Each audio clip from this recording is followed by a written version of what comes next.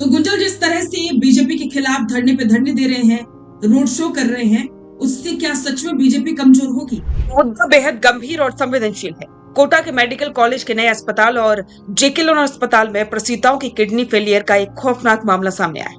दूषित या गलत दवाओं के रिएक्शन के चलते प्रसूताओं की मौत हुई है, जबकि कई महिलाएं जिंदगी और मौत के बीच जूझते हुए गंभीर हालत में आईसीयू में भर्ती हैं। इस लापरवाही और स्वास्थ्य सिस्टम की नाकामी के खिलाफ पूर्व विधायक और कांग्रेस नेता प्रहलाद कुंजल के नेतृत्व में हजारों लोगों का हुजूम सड़कों पर उतर गया था। अस्पताल के बाहर हुए इस जबरदस्त प्रदर्शन ने भजनलाल सरकार की नींद उड़ा रखी है। अस्पताल के बाहर खड़े जनसैलाब को संबोधित करते हुए गुंजल ने बीजेपी सरकार और सिस्टम पर तीखा हमला बोला।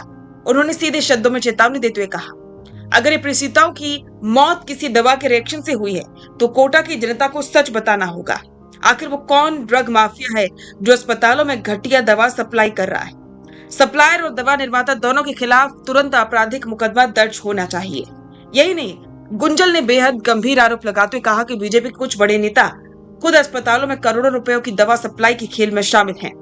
कोटा संगठन प्रभारी पुष्पेंद्र भारद्वाज की मौजूदगी में गुंजल ने बेहद गंभीर आरोप लगाते हुए कहा है कि बीजेपी के कुछ बड़े नेता खुद अस्पतालों में करोड़ों रुपयों की दवा सप्लाई के खेल में शामिल हैं।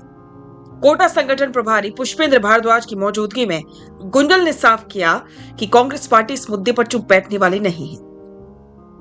गुंजल ने चेतावनी दी है कि कांग्रेस नेताओं के साथ समझौते की एक शर्त की पालना सरकार को करनी होगी। उन्होंने दो टूक लहजे में कहा है कि हम प्रदेश अध्यक्ष गोविंद सिंह डोटासरा से बात कर चुके हैं और अगर पीड़ित परिवारों को तुरंत पूरा न्याय नहीं मिला तो कांग्रेस पार्टी इस बीजेपी सरकार की ईंट से ईंट बजा देगी।